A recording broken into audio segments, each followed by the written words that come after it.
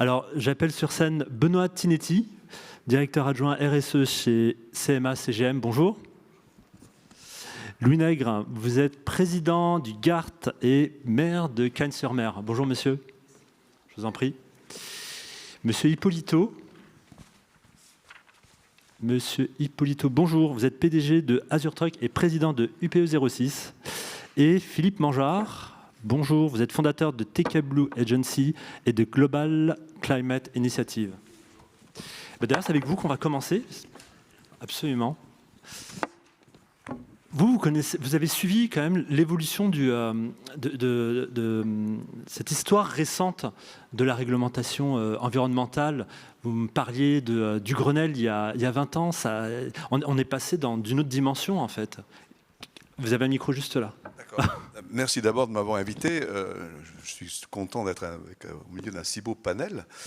Donc, TK Blue Agency, j'ai créé ça dans ma tête il y a 20 ans et opérationnellement il y a 12 ans. Louis me connaît bien, je l'ai embêté combien de fois au Sénat, j'ai embêté tous les députés à l'Assemblée, j'ai embêté tout le monde là-dessus, sur le sujet qui est le sujet d'aujourd'hui, la décarbonation du transport. J'ai commencé avec ma phase industrielle en 1999-2000 en créant les autoroutes ferroviaires, qui ont été rapidement enterrées et ressuscitées il y a 2 ans par M. Castex. Là, nous avons une démonstration que l'industrie sait décarboner le transport. Quand vous prenez un poids lourd à Perpignan ou vous l'amenez à Luxembourg, vous gagnez 1 tonne de carbone. Tous les jours, que multiplie 500 000 camions, égale. On sait décarboner le transport. Maintenant, il ne faut pas se tromper d'objectif.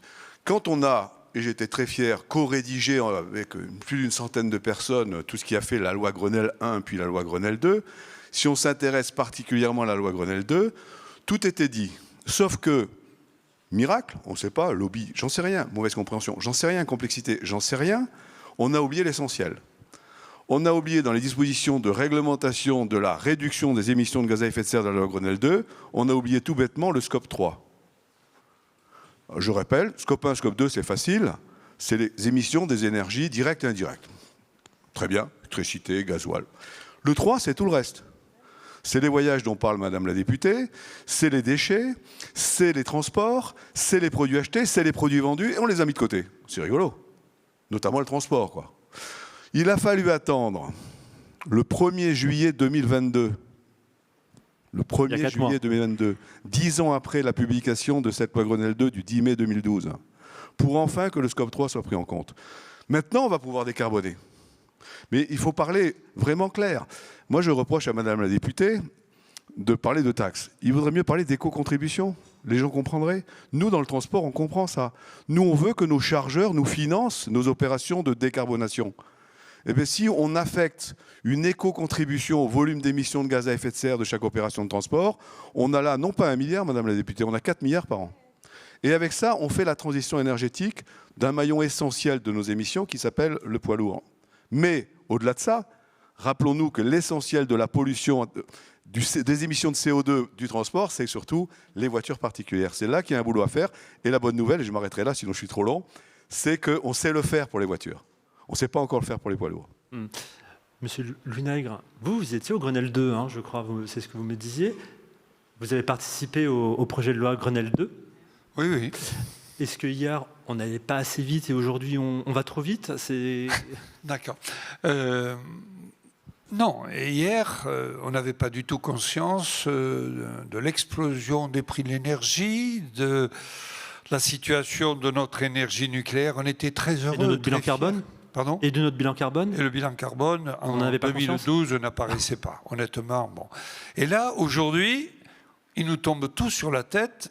Et à ce moment-là, on se rend compte qu'on est en retard.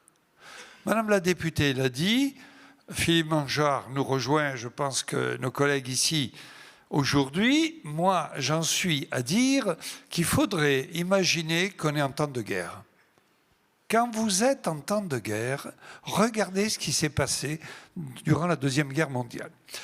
Les ingénieurs, les bureaux d'études, tout ça travaillait, j'allais dire normalement, et ils produisaient une innovation tous les 10 ans. En temps de guerre, vous produisez des innovations tous les 18 mois.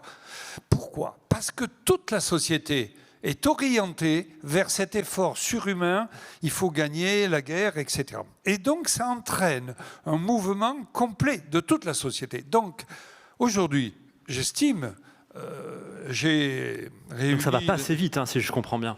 Ça ne va pas assez vite du tout. Et j'ai réuni l'Assemblée générale du GART, du groupement des autorités responsables de transport. C'est tous les élus en France qui s'occupent des transports. Et j'ai invité Jean Jouzel il y a 15 jours. C'est récent. Jean Jouzel nous dit, écoutez, on avait prévu 1,5, 2. Là, on est parti pour au moins 3.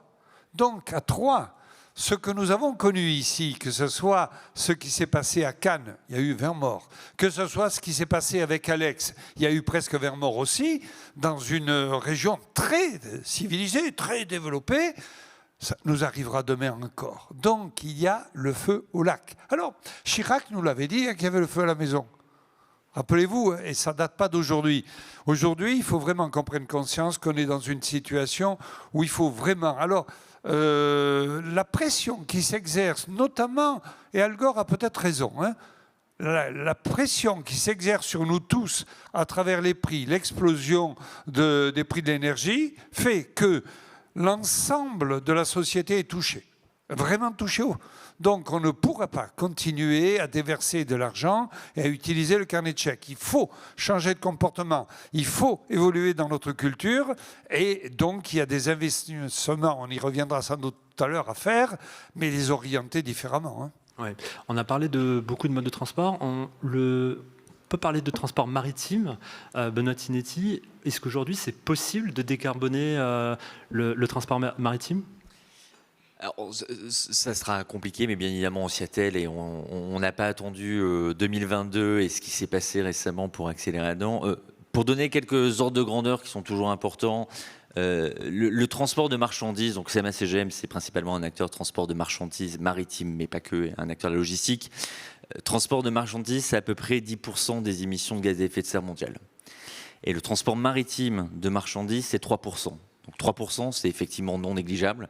Donc on a une responsabilité de notre secteur, on a une responsabilité en tant qu'entreprise, mais on a également une capacité de transformation et d'entraînement, on va dire, de notre chaîne de valeur. Donc là, c'est assez important. Il y a différents leviers qu'on active au sein de notre industrie, au sein du groupe CMA-CGM sur la décarbonation du transport maritime. Il y en a globalement 3. Il y a les navires, l'efficacité énergétique, qu'est-ce qu'on peut faire en termes d'hydrodynamie, remplacer des hélices, remplacer des moteurs, qu'est-ce qu'on peut faire sur la coque. Donc ça, on travaille bien évidemment avec les constructeurs. On n'est pas constructeur de navires, mais on les affrète. Qu'est-ce qu'on peut faire là-dessus? Qu'est-ce qu'on peut faire en termes d'optimisation de nos opérations? Comment on peut optimiser nos routes, optimiser nos vitesses? Donc c'est une économie de carburant. On parlait d'efficacité énergétique, sobriété énergie. Une économie de carburant et donc une économie, une réduction d'émissions de gaz à effet de serre. Mais le gros enjeu et le gros levier, c'est sur les carburants. Les carburants alternatifs, on accélère fortement là-dessus. Notre président Rodolphe Saadé a annoncé il y a 3-4 semaines la mise en place d'un fonds énergie d'1,5 milliard sur 5 ans, justement pour accélérer cette transition énergétique qui est indispensable. Alors on parle de transport, bien évidemment, dans le transport maritime également, parce que les leviers seront un peu plus réduits. On ne pourra pas faire un Rotterdam, Singapour ou un Los Angeles, Shanghai avec un navire de 400 mètres qui fait plus de 200 tonnes électriques ou en hydrogène. Donc les leviers, enfin les types de carburants sont plus restreints et on sait qu'il y aura une compétition. Compétition au sein de notre secteur du transport, mais une compétition avec tous les autres secteurs qui cherchent à se décarboner. Donc on travaille là-dessus, on investit, on innove, on collabore. C'est aussi une dimension très importante, c'est l'ouverture à ces parties prenantes, l'ouverture avec nous, avec les énergéticiens, les ENGIE, les GRT Gaz, qui travaillent, avec qui on innove, on a des projets de développement, parce qu'on est aussi sur un temps long. Hein. Mettre à l'échelle industrielle, on en parlait je crois ce matin à une table ronde, mettre à l'échelle industrielle, pas juste des démonstrateurs, mais pouvoir alimenter, par exemple tous les navires, on a 600 navires en flotte, nous, pouvoir alimenter ça, on a besoin de mettre à l'échelle industrielle, de faire ça aussi dans les territoires, on ne le fera pas qu'en France. Donc on a besoin de partenariats, d'innovation. Je crois que vous avez tout à l'heure des pitchs de start-up. On a aussi besoin d'identifier ces solutions, des innovations. Et nous, le fonds énergie qu'on a mis en place d'1,5 milliard visera principalement accélérer à l'échelle industrielle ces nouveaux carburants qui permettent de réduire les émissions de gaz à effet de serre, mais aussi les autres types de polluants. les polluants de pollution locale, les émissions de soufre, enfin, ce qu'on appelle NOx, SOx ou les particules fines qui sont un sujet de santé publique majeur. Donc on travaille là-dessus et on a besoin d'innovation, on a besoin d'investissement. Juste pour donner aussi un ordre de grandeur, les chiffres qui sont sortis dans certaines natures disent que pour le transport maritime de marchandises, le shipping, le coût de la décarbonation mondiale, c'est plus de 1000 milliards. C'est plus de 1000 milliards jusqu'en 2050. Donc les investissements sont nécessaires. 1000 milliards sur combien de temps, pardon? D'ici à 2050 pour atteindre le net zéro carbone, qui est un objectif que le groupe a pris en 2050. Alors, le point d'arrivée est important, mais toute la trajectoire et le chemin est également important. Donc c'est pour ça qu'on a besoin d'accélérer. Le zéro carbone, c'est possible dans le transport maritime? Pardon? Le zéro carbone dans le maritime, c'est possible? Ça sera compliqué. On évalue différentes technologies, différentes énergies avec les énergéticiens. On est assez agnostique. Ouais. On évalue différentes solutions parce qu'on ne sait pas dans 10, 15 ans, en termes de disponibilité, de viabilité économique, de maturité, qu'est-ce qui sera disponible. Donc on est obligé d'ouvrir le champ des possibles. Mais c'est notre objectif. Monsieur Hippolito, il y a un autre émetteur de CO2, c'est le transport routier. Et là aussi, vous faites des efforts, je crois, en tout cas, il y a des leviers pour décarboner ce mode de transport. Tout à fait. Bonjour à tous. Le camion, à la différence du maritime, on le voit tous les jours. Donc on est déjà devant la scène, on est déjà décrié parce que c'est des émissions sonores, c'est des émissions de pollution. Donc il y a déjà un travail qui a été fait depuis de nombreuses années avec les différentes normes Euro 3, Euro 4, Euro 5, Euro 6 qui ont réduit drastiquement notamment les émissions de CO2. Et aujourd'hui, on rentre dans une nouvelle approche, une approche sur les nouvelles énergies. Il y a plusieurs choses qui existent déjà à aujourd'hui et qui sont commercialisées de façon de série par beaucoup de constructeurs. Donc tout d'abord, les véhicules gaz et biogaz. Donc ça, c'est une première chose. Donc il y a eu un peu de plomb dans l'aile depuis quelques mois avec l'envolée du prix du gaz. Donc on va dire que les commandes sont arrêtées du jour au lendemain. Et les utilisateurs ont même dû arrêter leur véhicule au gaz parce que leurs clients leur demandaient de repasser au thermique. Parce que ça et même plus qui cher. poussaient à passer sur de l'écologie. On fait marche arrière en disant ça me coûte trop cher maintenant, remettez-moi un véhicule thermique. L'équation économique a changé. Exactement, puisqu'on est sur la facturation de l'énergie sur le transport en pied de facture pour le gaz et pour le diesel. Donc quand le diesel ou le gaz augmente, le client paye plus cher sa facture. Donc ça, c'est un premier point. Deuxième énergie, c'est les biocarburants. On parle très peu des biocarburants parce que c'est une solution transitoire, ce n'est pas la solution idéale, puisqu'elle émet encore des gaz et notamment du CO2. Mais elle réduit de 60% quand même les émissions de CO2. Elle permet d'avoir des infrastructures légères à mettre en place. Et c'est une solution économique pour les entreprises, facile à mettre en place et qui est très efficace et très pragmatique. Mais qui est médiatiquement compliqué à expliquer puisqu'on ne va pas au bout du chemin. Ensuite, on a les sujets électriques qui arrivent, puisque l'électromobilité arrive également dans le secteur du poids lourd. Les premiers véhicules de série sont déjà sur le marché. Alors là, il y a une logique économique à mettre en place et une logique d'autonomie. Les véhicules arrivent à 200, 250, bientôt 300 km d'autonomie. Donc ça correspond déjà à 40% du marché. Voilà, le marché français, c'est à peu près 60% de marché de tracteurs routiers que vous voyez sur l'autoroute et 40% de porteurs, donc ce qu'on appelle de véhicules de distribution, de BTP, de collecte d'ordures ménagères, où les véhicules électriques déjà répondent en termes d'autonomie à l'usage. Ça, c'est un premier point. Alors maintenant, il faut qu'on industrialise et qu'on trouve du volume pour accompagner, même s'il y a des aides qui ont été mises en place, pour qu'il y ait une logique économique, pour qu'au final, l'incidence sur le consommateur soit le plus faible. Parce que je voudrais juste rebondir sur ce qu'a dit Madame la députée. Quand on taxe ou qu'on a un surcoût pour l'entreprise, on a deux options pour l'entreprise. La première, c'est réduire sa marge quand elle peut se le permettre, ce qui réduit de la valeur à moyen et à long terme, donc de l'embauche, ou d'augmenter ses prix. Donc, c'est-à-dire une incidence sur le consommateur. Et ça, je pense qu'il faut que ça soit clair. Quand une entreprise est taxée, c'est le consommateur qu'on taxe, ce n'est pas l'entreprise. L'entreprise, c'est qu'un intermédiaire, comme une collectivité. Vous l'avez très justement dit, il faut qu'il y ait un bouclier énergétique pour les mairies et les collectivités pour pas qu'elles aient à choisir entre l'école, la culture ou leur cantine. J'entends très bien, mais c'est pareil pour les entreprises. On est un lieu de vie, on fait partie de la société, on est pour moi un vrai lieu de vie au même titre qu'une collectivité. Donc il faut prendre en considération que notre augmentation de notre coût énergétique ou de notre coût de transition énergétique va avoir une influence directe sur le consommateur si on n'est pas accompagné par les pouvoirs publics. Ça, c'est une chose importante. Madame la députée, vous entendez? Alors, oui, on vous dit, nous, on décarbone, on est prêt à faire les efforts qu'il faut, mais les taxes, bon, bof. Alors, je crois qu'on a un problème avec le mot taxe.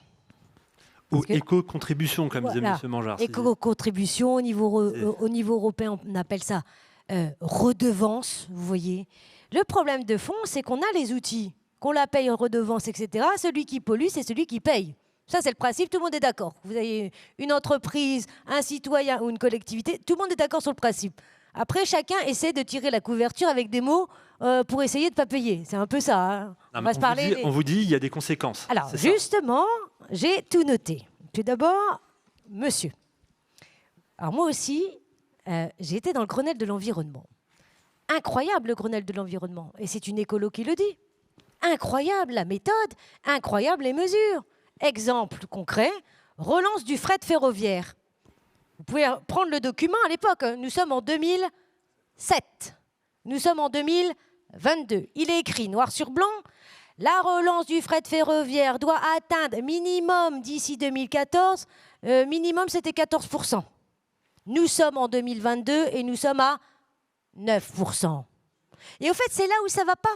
Et je pense qu'il y a une responsabilité du politique, parce que c'est facile aussi de dire ça à cause des entreprises. Les entreprises, et moi je peux vous le dire, parce qu'ici, vous avez un collectif qui s'appelle le collectif Mobilité, que je remercie. J'ai fait un petit débat avec eux la semaine dernière, qui s'appelle Hippolypo. Vous étiez là. Vous avez des solutions. Donc moi, je veux bien vous faire un bouclier et vous aider en tant que puissance publique, mais j'aide ceux qui veulent bien faire et qui sont des bons exemples. Pourquoi je vais encore aider ceux qui nous traînent par le bas? Je préfère aider ceux qui nous traînent par le haut. Donc je vous aide, pas de problème. Deuxième chose, sur le Grenelle de l'environnement. Mais il y a un problème de fond, c'est-à-dire qu'il y a plein d'entreprises qui étaient hyper motivées par le Grenelle de l'environnement. Moi, je n'avais jamais vu cette effervescence-là, qui ont été déçus parce qu'une fois que la loi... Alors déjà, la loi a été un peu détricotée dans les assemblées, et ça, il faut dire les choses. Et la deuxième chose, c'est quand on passe à l'application, il n'y a plus personne. Donc, deuxième grand problème, vous voyez. Ensuite, vous me parlez de éco-contribution. Mais moi, je veux bien aussi. Alors, je ne sais pas comment vous avez calculé vos 4 milliards. J'étais en train de regarder, parce que je connais bien Louis Nègre et je connais bien tous les systèmes de... Donc 4 milliards, parce que déjà, à l'époque, alors on ne devait pas appeler ça écotaxe, finalement, ça s'appelait écotaxe. C'était 1,5. Donc les 4 milliards, il faudra qu'on vérifie ensemble, par an. Parce que... ah bah super, parce que moi, même le GART et tous les dossiers, c'est 1,5 milliard. Donc, mais on est d'accord sur la méthode. Qu'est-ce qu'on attend pour la mettre en œuvre? Et c'est là où ça m'énerve vraiment, parce qu'on a tous les outils, et comme disait très bien Louis Nègre, on attend, on attend. Alors maintenant, on va passer sur le maritime. Alors, je dis ça, vous avez vu comment j'ai amené les choses en mode gentil Non, je vais rester gentil avec le maritime. Mais je connais bien ce sujet-là, parce que je suis la rapporteure du secteur maritime au niveau européen, en plus d'être présidente de la commission de transport. Le maritime, c'est là où, il faut le redire, c'est 90% des marchandises passent par la mer en Europe. C'est énorme. La France est la plus belle façade maritime, dont on ne parle jamais. Les métiers de la mer, personne n'en parle. Alors que ce sont des activités extraordinaires pour l'industrie du futur. Vous voyez? Et là où j'ai un petit problème, c'est qu'on vous a un peu envoyé dans le mur. Et je vous le dis, parce qu'on vous a accompagné en disant « Hey, l'énergie de demain, vous savez c'est quoi ? Bah, c'est les fioul lourds. » Alors maintenant, on dit « C'est plus les fioul lourds parce qu'il faut sortir des fioul lourds. Donc, on va inventer, c'est le GNL. » Et là, je vous le dis, que ce soit GNL ou fioul lourd, ça reste des énergies fossiles. Donc moi, je le dis au secteur maritime de manière hyper sympa et dynamique. Ne faites pas cette erreur. Le GNL, on vous a envoyé dans le mur. Moi, je vous accompagne sur 3 choses. Et c'est la feuille de route de mon rapport qui a été validée par le Parlement européen et les instances européennes. D'une part, il faut vous aider dans les infrastructures. Nous avons un problème d'infrastructure. Que ce soit la voiture électrique, que ce soit les ports, ou même que demain, les camions électriques, vous ne pouvez pas inventer la place de l'État sur les infrastructures. Donc, monsieur Castex, que je ne connais pas encore, je l'invite à venir taper la porte de mon bureau, parce qu'en ce moment, vous savez ce qu'on est en train de faire au niveau européen. On est en train de dessiner le plus grand réseau des infrastructures qui demain seront sur mix énergétique, électrique, hydrogène. On va voir notamment sur les autres énergies. Et c'est là où ça devient très important, parce que le maritime, nous, ce qu'on dit, c'est pousser tout de suite. Donc demain, il y a une feuille de route. Hein. Tous les ports seront quai, émission zéro. Donc tous les branchements à quai doivent se faire. Et là, je n'entends pas le gouvernement me dire « Attendez, il y a un truc à faire », alors que c'est une priorité. Deuxième chose, et je vous l'annonce un peu, je l'annonce à la tribune parce que je suis sympa, mais la zone ECA, vous savez, la zone, ce sont des zones de basse émission où les bateaux ne peuvent pas rentrer dans cette zone si ce n'est pas basse émission, sur le NOx et sur les SOx, les deux. Eh bien, on est en train de la gagner au niveau mondial et la Méditerranée va rentrer dans cette zone. Donc, vos bateaux, je vous le dis tout de suite, il faut tout de suite changer et vous accompagner. Autrement, je ne sais pas comment vous allez faire. Vous voyez? Donc, moi, entre guillemets, ma bonne volonté, c'est pas de vous dire « Ah, vous êtes des méchants parce que vous êtes dans du fioul lourd ». C'est pas ça. C'est de me dire, le secteur maritime, ne faites pas l'erreur de tomber dans des investissements très lourds du GNL et ensuite de passer dans l'électrique. Allons-y, passons soit dans l'électrique, soit dans l'hydrogène. Les infrastructures, on les accompagne. Et ensuite, il va falloir, et vous avez raison, je parle de... Vous voulez réagir, M. Tinetti, quand même? Mais il est d'accord avec moi. Hein. Oui, mais quand même, peut-être qu'il veut compléter. Bon, je passe mon tour alors. Non, Madame la députée a raison, on a besoin des infrastructures. C'est-à-dire, on a besoin dans les ports, dans les terminaux, au niveau français, au niveau européen, au niveau mondial. On a un acteur mondial. Ce que me dit Madame la députée, le branchement à quai, donc éviter que les moteurs des navires tournent, on en a besoin. C'est des investissements dans les terminaux, dans les ports. Si on veut faire du soûtage, donc remplir le réservoir de nos navires avec des biocarburants, des carburants de synthèse, demain, on a besoin de l'ammoniac potentiellement, si on arrive à résoudre les éventuels problèmes techniques de l'ammoniac. Mais voilà, toutes ces énergies-là, on a besoin du réseau, des infrastructures, et ça se fera aussi au niveau local. Donc on a besoin... Mais vous êtes accompagné ou pas? Parce que c'est ce que dit Madame la députée. Est-ce que vous êtes accompagné par la puissance publique? Non.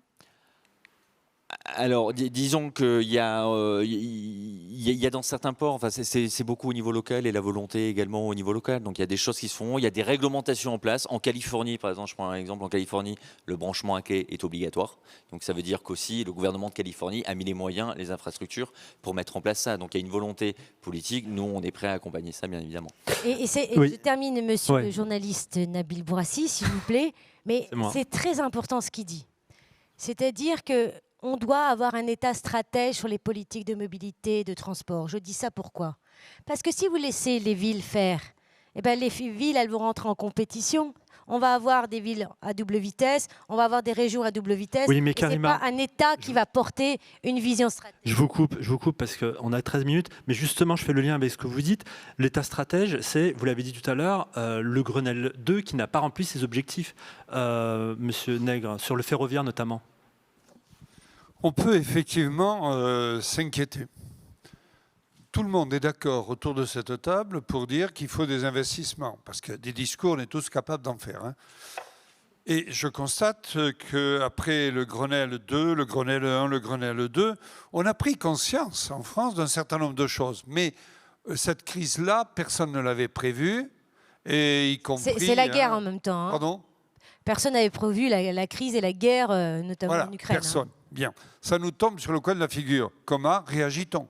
Et effectivement, quand on nous a déclaré la guerre, nous, on a un peu d'expérience. Ouais, mais l'objectif ferroviaire, ferroutage, c'était 2014. Hein. Voilà. Il n'y avait pas de guerre, là. Il n'y avait pas de guerre. Et quand vous avez maintenant et l'Ukraine et le prix de l'énergie qui explose, je dis que c'est une déclaration de guerre. Voilà ce que je dis. Et donc, qu'est-ce qu'on a fait en 14? Qu'est-ce qu'on a fait en 39? Eh bien, on réagit en temps de guerre. Et donc, tout le monde est d'accord pour dire que si nous voulons assurer la transition écologique, il va falloir des investissements et pas des discours. Voilà ce que je dis, moi. Donc, monsieur le précise, madame la présidente le confirme, et ce n'est pas ici sur mon aile gauche que ça va changer, voir ensemble. Donc, ce que je regarde, quand je regarde un système qui est vertueux par lui-même, par exemple le ferroviaire, au hasard, bien, je regarde ce que nous faisons pour entrer justement dans le vertueux et continuer dans le vertueux. Je m'aperçois que si je vais voir les petits Suisses, et ce n'est pas ironique du tout, hein, ils sont que 9 millions. Ils sont capables de faire des tunnels de 50 km sans l'aide de l'Europe en l'espace de quelques années. Nous, le Lyon-Turin, il est toujours en attente, je ne sais pas pourquoi. Bien. Mais on n'est pas capable de faire une infrastructure qui relie 2 pays fondateurs de l'Europe. 1. 2. Quand je regarde ce que font les Allemands, la semaine dernière, j'étais à Inotrans et donc je discutais avec le ministre allemand des Transports, qui est un francophile, francophone. Ils vont mettre plus de 80 milliards sur la table réelle. Bien.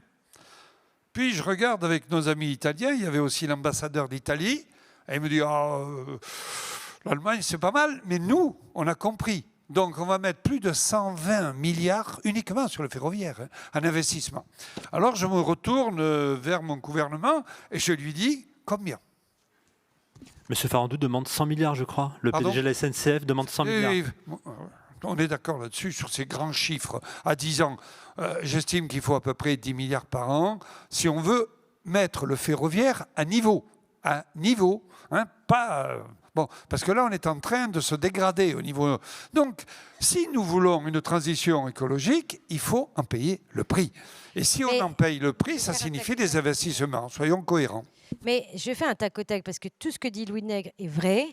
Ensuite, il y a des mesures qui deviennent de plus en plus fortes au niveau européen. On l'a vu cet été, des Allemands qui font des tickets climat pour que justement les gens changent de comportement, commencent à prendre notamment de plus en plus le train. Les Espagnols sont en train de faire notamment des lignes gratuites. Le Luxembourg, là, tout est gratuit. Bon, ils ont un peu plus d'argent que nous. Mais la dernière chose que je dois dire, et c'est là, il faut tirer de la sonnette d'alarme, c'est que si on ne s'occupe pas du ferroviaire, ça va être le drame pour le climat, mais pour aussi l'emploi. Pourquoi je dis ça ? Parce que la pyramide des âges est là dans les métiers du ferroviaire. Comme, regardez, vous prenez les métiers du transport, on nous dit cette année, il manque des chauffeurs de bus scolaires. C'est quand même fou. Et dans le ferroviaire, on ne le dit pas. Il va manquer des conducteurs de train, des gens pour relancer le fret ferroviaire. Tous ces métiers-là, nous avons la chance en France de lever la tête et d'avoir l'agence européenne du ferroviaire. On n'est pas capable d'avoir la première école du ferroviaire pour former justement les métiers de demain sur la révolution énergétique, sur le numérique qui arrive. Moi, c'est une idée que je porte depuis longtemps. On ne me répond pas. Et là, dans 2-3 ans, beaucoup de gens vont partir à la retraite. Et comment on fait pour Je vous reprends relayer la parole, Karima, parce que je voulais la donner à M. Mangeard. Sur l'action de l'État, vous partagez le diagnostic, il y a beaucoup de bonnes intentions et peu de mise en œuvre ? Moi, je prendrais plutôt l'argument économique. Mon ami Hippolito dit on ne peut pas taxer, on ne peut pas le transport. Ce n'est pas vrai. Nos amis à gauche, devant les contraintes planétaires, ont augmenté de 1000% leurs tarifs sur le maritime. Ça n'a pas changé la vie de beaucoup de gens, ça a amélioré leur compte d'exploitation. Ça, c'est 1. 2, notre ami dit 1000 milliards sur 25 ans. Ça ne fait jamais que 40 milliards par an pour la profession qui a enquillé cette année 140 milliards de profits exceptionnels. Donc, il faut que le transport paie son prix. Je ne suis pas contre que le prix du conteneur ait augmenté de 1000%. Je suis même très content. Ça renchérit le coût du transport international et ça peut freiner cette importation à tout crin. Ça, c'est 1. Je suis pour cette taxe carbone, bien évidemment, mais Madame la députée, regardez le texte. Pour l'instant, vous taxez les matières premières, c'est-à-dire vous pénalisez les industriels qui font de la valeur ajoutée en Europe, à contrario de ceux qui achètent cette matière première sans taxe carbone et qui importent le produit fini en Europe. Il y a quand même une erreur de casting. Donc, ça, c'est un élément important. Donc, le prix, tout le monde est capable de payer le prix.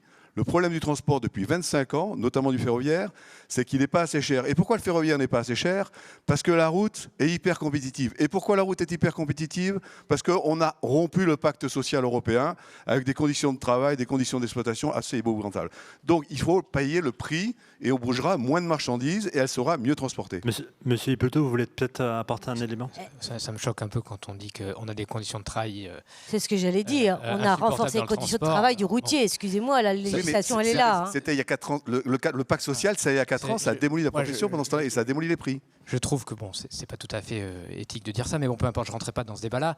Moi, je vais vous dire, je suis d'accord avec vous que le transport routier est beaucoup trop compétitif. Pour une seule raison, c'est que le prix de vente, comme a été dans le maritime, est inférieur de 1000% peut-être de ce qui devrait être. La réalité est là. Parce que quand vous regardez les comptes d'exploitation de tous les transporteurs, de tous les acteurs de la mobilité du transport routier, ils sont dans le rouge ou dans le vert, mais alors à 0,5%, quoi. Donc il est certain que si on revalorise le transport à sa vraie valeur, on aurait une augmentation peut-être de 30 ou 40% du coût de transport de la marchandise par le routier. Les transporteurs et les utilisateurs en tireraient un bénéfice, pourraient revaloriser encore plus leurs collaborateurs, les conditions de travail, etc. Donc oui, il faut payer le prix du transport au vrai prix, mais à la différence peut-être du transport maritime, c'est que vous avez des millions d'acheteurs. Donc c'est plus compliqué d'agir sur le prix de vente. Et il y a une concurrence européenne, puisqu'on n'a pas la même réglementation sociale non plus en Europe. Il y a encore beaucoup de camions étrangers qui roulent et qui usent nos infrastructures sans créer une vraie valeur. Donc ça, c'est aussi une réalité. Et je pense que c'est plutôt eux qui sont destructeurs de valeur que les entreprises françaises avec leurs conditions de travail. Voilà. Donc c'était juste pour agir sur ce point. Très bien. Voilà. Il y avait un sujet quand même qu'il fallait aborder, c'est la logistique urbaine, parce que on parle de transport, mais il y a la logistique urbaine explose, la démotorisation des ménages, les contraintes de mobilité, les gens se font livrer en fait finalement. On le voit à Paris, les ménages sont démotorisés, pourtant les transports de marchandises explosent, plus d'un tiers en 3 ans. Ça, c'est une vraie contrainte en termes de carbone. Les volumes ont explosé. Bon, le Covid a accéléré les choses. On ne revient pas. Oui, mais c'est structurant. C'est structurant. On ne revient pas en arrière. Et les usages des consommateurs font qu'ils commandent de plus en plus sur Internet. Bon, on peut dire que ce n'est pas écologique, mais en tout cas, c'est un fait. Donc, plutôt que de lutter contre ces usages, puisque à notre niveau, ce n'est pas notre rôle d'entreprise, on va accompagner cette transition pour dire peut-être qu'il y a plus de volume à livrer, on va essayer de les livrer avec des véhicules décarbonés. Et aujourd'hui, la livraison de dernier kilomètre est en train de se structurer complètement. Alors c'est de la découverte, parce que le marché est pas encore mature, les usages sont pas encore matures, mais les industriels se structurent également. Donc vous avez les véhicules utilitaires électriques qui sont en train d'exploser, c'est un fait. Vous avez l'expansion des vélos cargo qui est en train de se structurer dans les cœurs de ville, où on est dans du décarboné complètement. D'ailleurs, moi j'étais un concessionnaire de camions, je suis devenu un concessionnaire de vélo cargo. Il y a 5 ans, on m'aurait dit ça, j'aurais souri. Voilà, la réalité, c'est qu'aujourd'hui, on se pose les questions de comment accompagner cette mobilité intra-urbaine. Et ce qui est important aussi dans cette mobilité intra-urbaine, c'est à la fois la mobilité, mais c'est aussi les infrastructures. On y revient. Si vous n'avez pas de hub logistique performant, bien placé, bien structuré pour accueillir les colis, massifier les transports, vous ne serez pas efficace et il n'y aura pas de business model rentable pour personne. Donc c'est à la fois un développement des outils et des solutions de mobilité avec ces vélos-là, et à la fois des infrastructures au cœur des villes adaptées à cette mobilité de demain. Ça, c'est une question pour les élus, ça. C'est hub. Je rejoins totalement cette analyse-là. On est aujourd'hui dans le dernier kilomètre, ce qu'on appelle le dernier kilomètre communément, qui pose problème à tout le monde. D'une part, parce que c'est la foire d'empoigne. Il y a aujourd'hui, on est au début, je dirais, de cette transformation qui atteint nos centres-villes. Et alors, ça produit un certain nombre de nuisances parce que ça part dans tous les sens, c'est pas maîtrisé, c'est pas ordonné.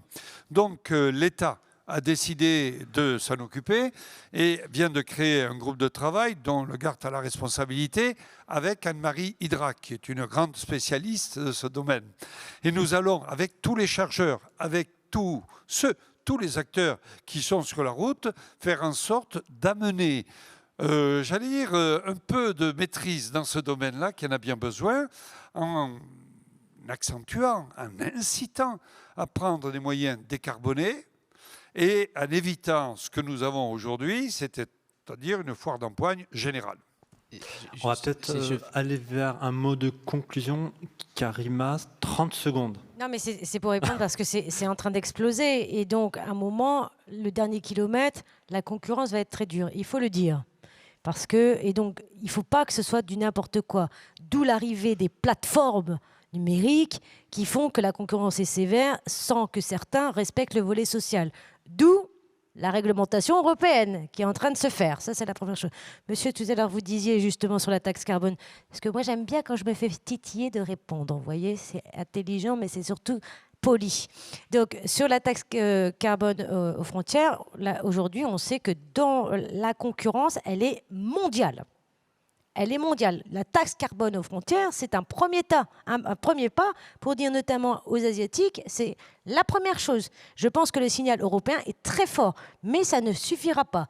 D'où la volonté de dire on va devoir travailler sur le e-commerce, parce que le e-commerce, si tout le monde commence à avec son téléphone, faire des commandes, etc. C'est déjà le cas. Hein. Oui, mais là, on est en train de tuer les centres-villes. Nos cœurs de villes. Les villes vont mourir parce que le e-commerce et le numérique sont en train de tuer cette dynamique. Donc il va falloir revenir. Et ensuite, les innovations. Et je termine par là parce que pour moi, le vélo cargo va être une déclinaison majeure. Et je vous invite tous à regarder ce qui va se passer. Nous sommes en train de dessiner pour la première fois de l'histoire de l'Europe la première stratégie industrielle du vélo, oui, où d'ici 5 ans, plus aucun vélo en Europe sera fabriqué ou assemblé, notamment l'autre bout de la Terre sera tout en Europe. Et bien ça aussi, quand l'Europe fait des choses bien, il faut lui dire merci. Encore du protectionnisme, Karima. Donatinetti, un petit mot de conclusion? J'ai envie de rappeler aussi la place humaine dans tout ça et du collaborateur. Enfin, nous, on est un groupe de 150 000 collaborateurs globalement dans le monde. C'est un projet quand même d'entreprise. Quand on met la décarbonation en haut de l'agenda et en haut de la stratégie de l'entreprise, parce que c'est le cas pour nous et bien évidemment autour de la table et dans d'autres entreprises, c'est vraiment un projet de transformation d'entreprise, un projet collectif. Donc on doit embarquer les salariés, on en parlait tout à l'heure. On doit aussi, en tant qu'employeur, les informer, les former et les accompagner. Donc, tout à l'heure, on parlait de la formation initiale, il y a aussi la formation continue. Nous, on lance là un programme sur le climat pour connaître les enjeux, connaître les impacts et que chacun puisse s'en emparer dans son métier, que ce soit un acheteur, que ce soit un financier, que ce soit un RH, puisse prendre ça en compte. Et c'est le côté optimiste, c'est mettre en place et en œuvre, aligner toutes les énergies des collaborateurs pour ce projet qui leur parle aussi en tant que citoyen. Monsieur Mangeard, rapidement, pour sortir des débats sur lesquels on rebondit par le blabla, moi je dis il y a une seule chose à faire, c'est donner aux citoyens, aux entreprises, les moyens d'identifier, mesurer et réduire leurs émissions de gaz à effet de serre. Parce que le propos est tenu de tous côtés avec des hypothèses autres. Donc je rappelle que cette loi du 1er juillet 2022, donc je ne fais pas d'avant-politisme, elle exige de chacun d'identifier, mesurer et réduire. Et quand on aura fait ça, on pourra à ce moment-là rebondir sur ce que disait Madame la députée, que les pollueurs soient les payeurs et que ce ne soit pas les transporteurs qui payent des taxes, mais les donneurs d'ordre qui, en fonction de la volumétrie d'émissions de gaz à effet de serre qu'ils auront générées dans leur trafic, seront assujettés à une taxe et ils iront donc naturellement vers des transporteurs plus vertueux et la boucle sera bouclée. Monsieur Hippolito? Je vais rebondir, je suis à moitié d'accord, je progresse. C'est déjà mieux qu'alors. Voilà. Je dirais que pour moi, c'est pas fort. Il faut que le citoyen final comprenne que quand il fait une acquisition d'un produit, il y a un transport qui est derrière. Et aujourd'hui, il n'est pas valorisé ni pris en compte. Quand on achète un plat de pâtes, un sac de pâtes, pardon, quand on va acheter sur Internet, le prix du transport est secondaire et n'est pas valorisé d'un point de vue éco. C'est-à-dire que vous soyez livré par un auto-entrepreneur non déclaré, si encore il existe, ou que vous soyez livré en vélo cargo, le prix du transport aujourd'hui est le même. Ce qui n'est pas normal. Et je pense que ce qui serait intéressant, c'est de pouvoir identifier pour le consommateur le prix de son transport et qu'il soit plus cher s'il est pollueur. Et là, on rentrerait dans un cercle vertueux où ceux qui jouent le jeu de la transition écologique seraient plus compétitifs que ceux qui ne le jouent pas. Monsieur Nègre, j'ai 20 secondes. 20 secondes pour redescendre sur Terre. On a parlé de l'Europe, on a parlé de la planète. Je suis président délégué, j'accompagne Christian Estrosi au niveau de la métropole. Eh bien, je peux vous dire que si on veut que la décarbonation rentre dans les mœurs, il faut que tous nous donnions l'exemple, à commencer par la métropole de Nice-Côte d'Azur, qui justement est en train de transformer tout son parc pour des bus, avec des trams, avec des BHNS, avec du ferroviaire. On vient d'inaugurer un pôle d'échange multimodal à Cagnes. Ce matin, on travaillait justement sur le pôle d'échange multimodal de Nice-Côte d'Azur. On a la relation avec l'aéroport pour lequel de gros efforts sont faits actuellement pour décarboner. On est dans la décarbonation, on y va à fond. Et nous espérons comme ça que tous ensemble, dans cette guerre-là, nous gagnerons cette guerre-là. Ok, merci beaucoup.